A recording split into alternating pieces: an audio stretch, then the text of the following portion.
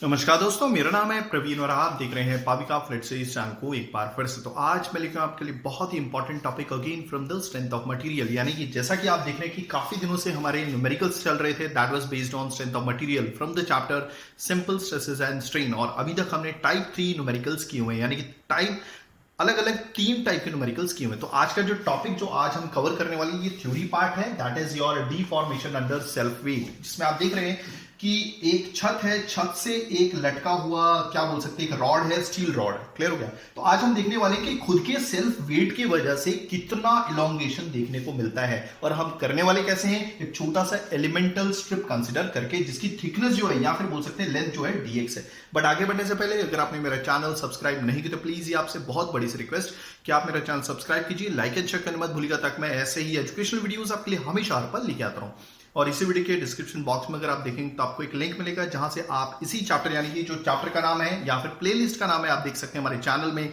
Simple stresses and strain को download कर सकते हैं, सजेस्ट कर सकते हैं, किसी को बता सकते हैं, अपने कलीग्स को, फ्रेंड्स को सजेस्ट कर सकते हैं हमारा चैनल। एक छोटी सी और रिक्वेस्ट है कि आपको मालूम है कि हमारा जो चैनल है specially focusing on fluid mechanics है, केमिकल इंजीनियरिंग है, स्ट्रेंथ ऑफ मेटल हमने स्टार्ट कर ही चुका है और बहुत सारे चैप्टर्स हैं, आपको देख सकते हैं प्लेलिस्ट में।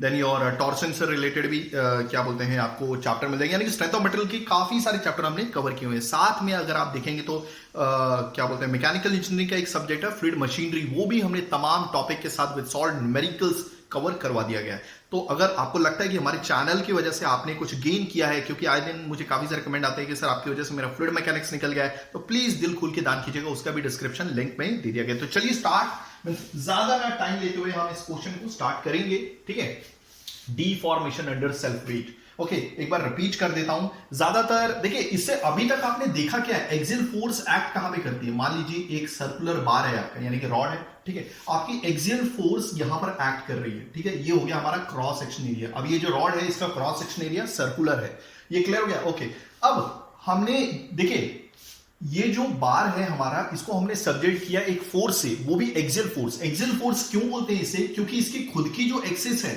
ठीक है, इस डायरेक्शन में यानी कि एक्स एक्सिस में, और उसी डायरेक्शन में हमने फोर्स लगाई है, इसी वजह से इसको एक्सियल फोर्स बोलते हैं। बट क्या हमने अभी तक जितने भी टाइप पढ़े हैं सिंपल स्ट्रेसेस एंड स्ट्रेन में, हमने इसका खुद का सेल्फ वेट कंसीडर किया है क्या? इस रॉड का खुद का सेल्फ वेट कंसीडर किया? नहीं, अभी तक हमने नहीं किया। ठीक है, अभी तक हम जो भी इलॉन्गेशन फाइंड आउट कर रहे थे, यानी कि चेंज इन लेंथ, किस वजह से हम इस रॉड को एक फोर्स से सब्जेक्ट कर रहे थे, आइदर हम इसे खींच रहे थे या फिर इसे दबा रहे थे, उसकी वजह से जो चेंज इन लेंथ आया वो हमने फाइंड आउट किया। बट अब हम क्या करेंगे, इसके ऊपर कोई फोर्स नहीं लगाएंगे। सिंपल, एक दीवार है, दीवार मतलब एक छत है जो आपको लाल कलर की दिख रही है, एक रॉड काफी भारी लटका हुआ है, क्लियर हो गया? ओके, सस्पेंड कर रहा है बोल सकते हैं। ओके, इसके खुद के वेट की वजह से जो लेंथ हमने, यानी कि change in length find out करनी, आज वो हमें फाइंड आउट करनी है। तो आई होप आपको कॉन्सेप्ट समझ में आ गया होगा। मान लीजिए एक स्टील रॉड है ये, जिसका क्रॉस सेक्शन एरिया है ए, कैपिटल ए। ओके, अब देखिए काफी बुकों में आपको अलग अलग हिसाब से ये डेरिवेशन सॉल्व करते हुए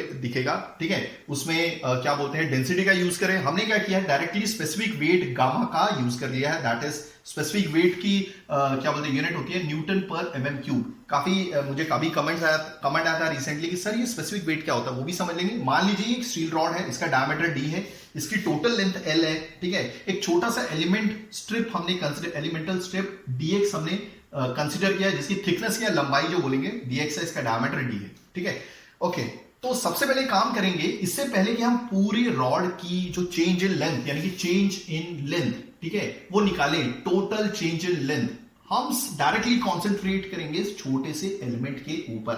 हो गया? क्लियर हो गया? ओके, अब अगर आप देखेंगे, आपको मालूम है, सबसे पहले मैं कुछ चीजें क्लैरिफाई कर देना चाहता हूं। ठीक है, आपको मालूम है that is your Young's modulus of elasticity कहां से आता है, आपको मालूम है, normal stress is directly proportional to strain, ये है लैटरल स्ट्रेन। क्लियर हो गया? ओके, अगर मैं ये प्रोपोर्शनैलिटी कांस्टेंट खोलता हूं तो ये क्या आएगा, दैट इज दिस। ओके, ये है हमारा यंग्स मॉडुलस ऑफ इलास्टिसिटी। तो अगर आप देखेंगे E is equal to sigma upon E। हो गया? अब यहां पे लिखता हूं, देखिएगा ध्यान से, देखिएगा okay, this is sigma upon E, ये हो गया हमारा नॉर्मल स्ट्रेस और ये हो गया हमारा लैटरल स्ट्रेन। ओके, अगर आप देखेंगे जो नॉर्मल स्ट्रेस होता है वो क्या होता है, force upon cross section area, simply मैं ए लिखूंगा। ई क्या होता है हमारा, change in length upon original length. हो गया, अगर हम इसको अच्छे से देखेंगे तो कुछ इस तरह से ये रिवर्स होके इस तरह से दिखेगा। ओके, हमें क्या चाहिए, चेंज इन लेंथ चाहिए, क्योंकि हम क्या कर रहे हैं यहाँ पे, change in length he find out कर रहे हैं। तो देयरफॉर चेंज इन लेंथ है, इसको मैं यहाँ पे एक काम करता हूं, मैं इसको अच्छे से लिख लेता हूं, E is equal to F upon A into L upon del L। Okay, और मुझे क्या चाहिए था, चेंज इन लेंथ, इसको मैं यहां रख लूंगा। ओके, और इसको मैं नीचे ले आऊंगा, तो that is F into L A into E हो गया। तो यही चेंज इन लेंथ है। तो देखिए, हमें किसी का भी चेंज इन लेंथ निकालना है, हमें यही फॉर्मूला यूज करना पड़ेगा। तो सबसे पहले मैं ये लिख लेता हूं, this is the change in length is equal to F into L A into E. Clear हो गया। ओके, इससे पहले कि मैं पूरे रॉड का चेंज इन लेंथ निकालूं, टोटल चेंज इन लेंथ निकालूं, फॉर्मूला यही लगने वाला है। हमें फोकस करना है इस छोटे से एलिमेंटल स्ट्रिप पे। ये क्लियर हो गया।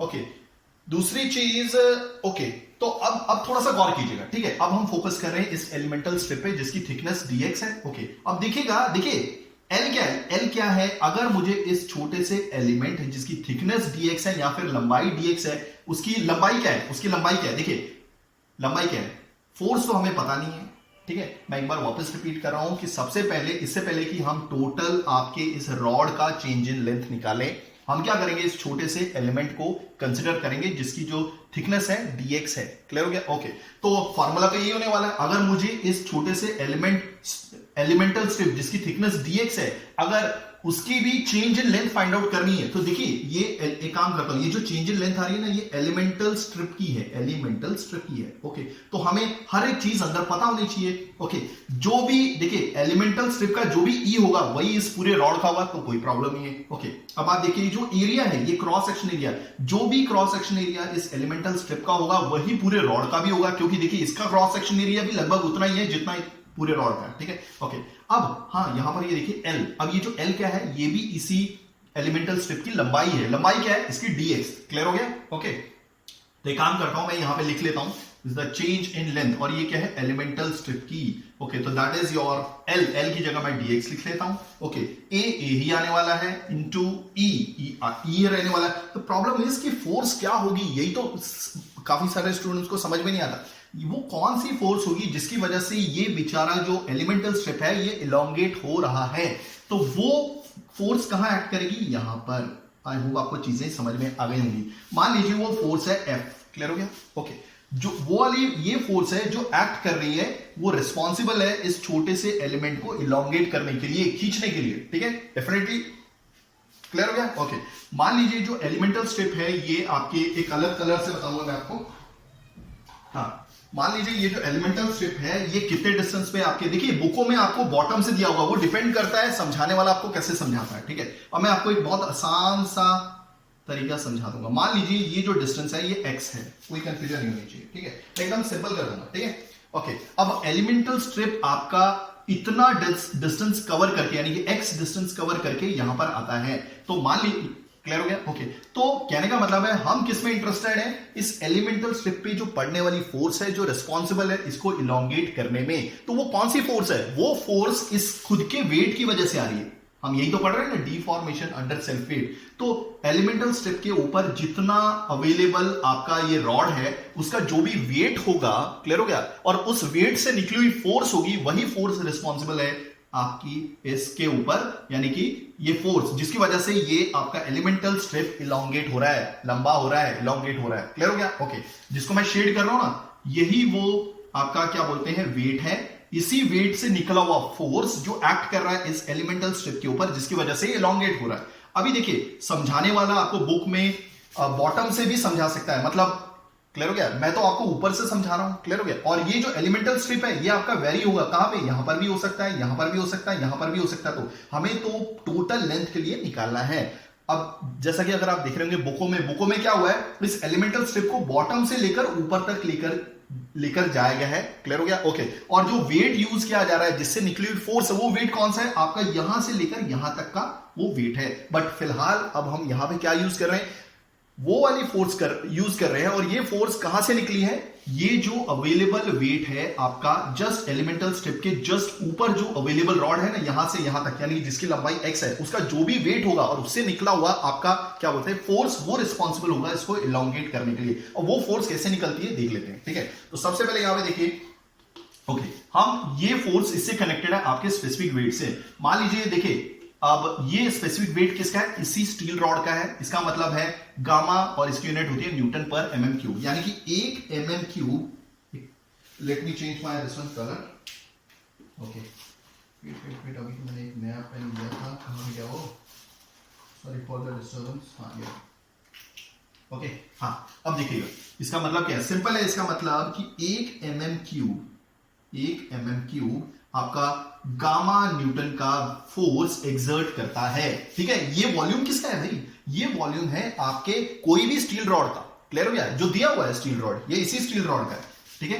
1 mm क्यूब, यानी कि 1 mm क्यूब है, यानी कि कोई भी स्टील रॉड जिसका जो वॉल्यूम है अगर 1 mm क्यूब है, तो वो फोर्स एक्सर्ट करेगा गामा न्यूटन का। याद रखना ये यूनिट है। क्लियर हो गया? ओके। तो हमारा यहां से लेकर यहां तक कितना वॉल्यूम है, समझ में आ रहा है? देखिए, इस एलिमेंटल स्ट्रिप के ऊपर जो भी अवेलेबल आपका पार्ट है स्टील रॉड का, उसी का वेट वो फोर्स एक्सर्ट कर रहा है, जिसकी वजह से इलोंगेट हो रहा है। क्लियर हो गया? ओके। तो यहां पे एक रिलेशन हमारे पास ऑलरेडी है स्पेसिफिक वेट का यूज करके, कि अगर 1 mm का जो वॉल्यूम है कोई भी स्टील रॉड का, यानी कि जो ये स्टील रॉड दिया हुआ है, वो गामा न्यूटन का फोर्स एक्सर्ट कर रहा है, तो दैट मींस यहां से लेकर यहां तक कितना वॉल्यूम है।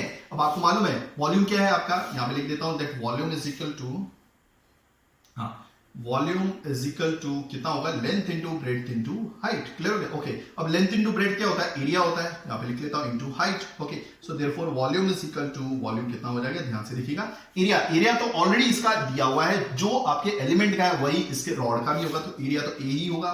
क्लियर हो गया? ओके।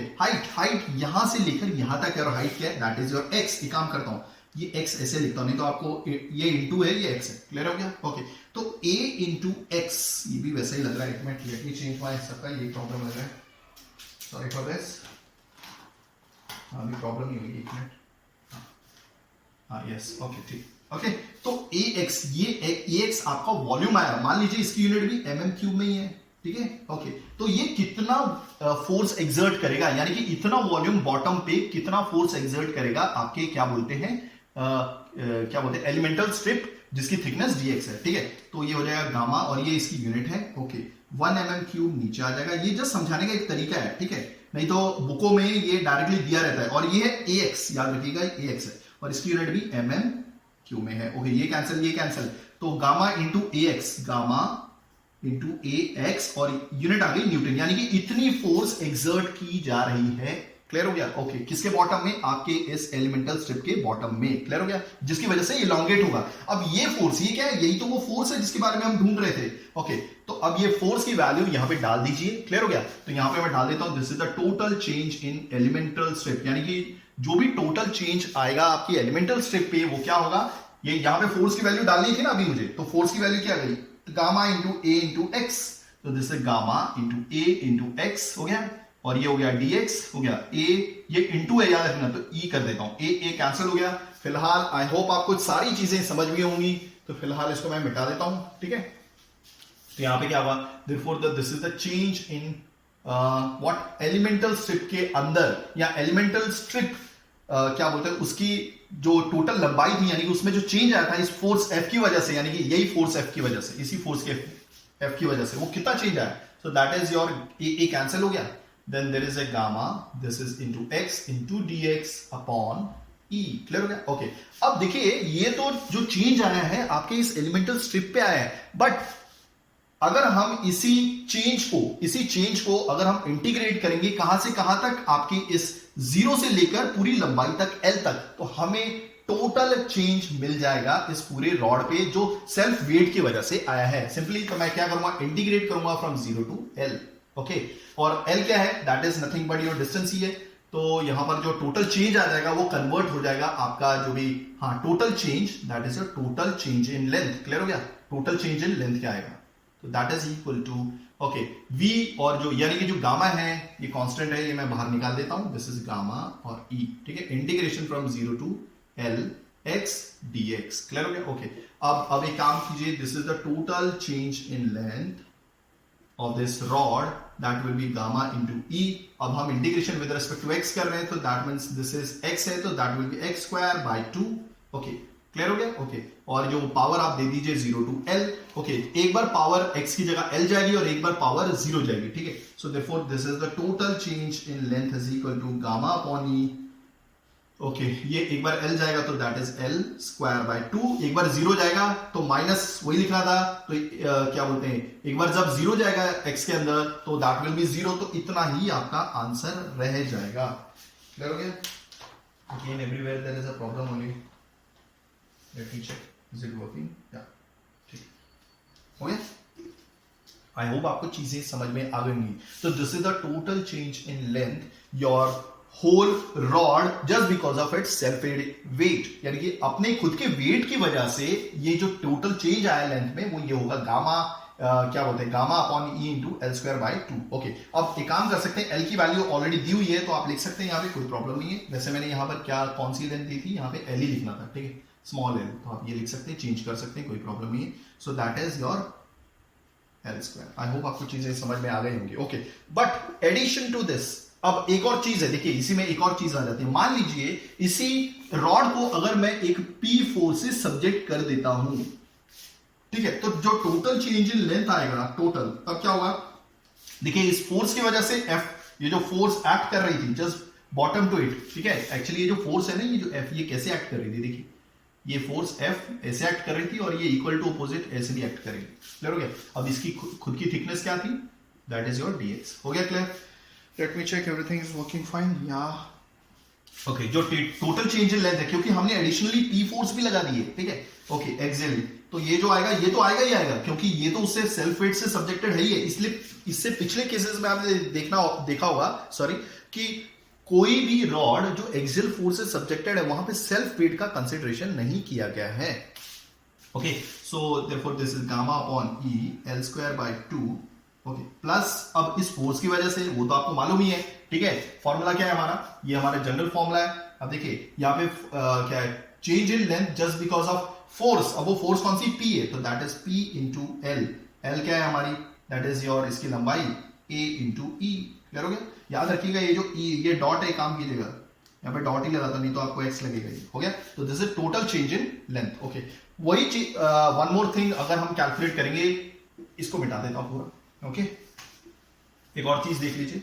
ओके, अगर हमें ये पता करना होगा कि मैक्सिमम स्ट्रेस कितना होगा, ओके, तो मैक्सिमम स्ट्रेस क्या होगा, आपको मालूम है, फोर्स अपॉन एरिया होता है। ओके, फोर्स क्या है हमारी, याद रखिएगा, देखिए इस पी की वजह से, दैट इज पी तो मैंने लिख दिया, और कौन सी फोर्स है, वो ये वाली फोर्स है, ये वाली फोर्स है। बट अभी हम टोटल लेंथ के लिए वो फोर्स निकालना चाहते हैं, ठीक है, टोटल लेंथ के लिए हम फोर्स निकालना चाहते हैं, तो वो फोर्स क्या होगी, दैट इज योर, मैं यहां पे लिख देता हूं, that is gamma into this one, gamma into what, हाँ, gamma into area into L upon A। अब आप बोलेंगे कि देखिए फर्स्ट ये जो मैक्सिमम स्ट्रेस आई है, this is just because of ये फोर्स की वजह से जो एक्ट कर रही है, ठीक है, फिलहाल वो जो फोर्स है वो x डिस्टेंस पे नहीं एक्ट करेगी, यहां से लेकर यहां तक वो एक्ट करेगी, क्योंकि आपने इंटीग्रेशन मार दिया होगा ना, तो ये वो फोर्स है, याद रखिएगा, ये वो फोर्स है। अब निकाली कैसी है, अब आप सोचेंगे, क्लियर हो गया? ओके, ऑलरेडी एक और एक्स्ट्रा फोर्स कौन सी एक्ट कर रही थी, P, और ये P प्लस है, ये वो वाली फोर्स है जो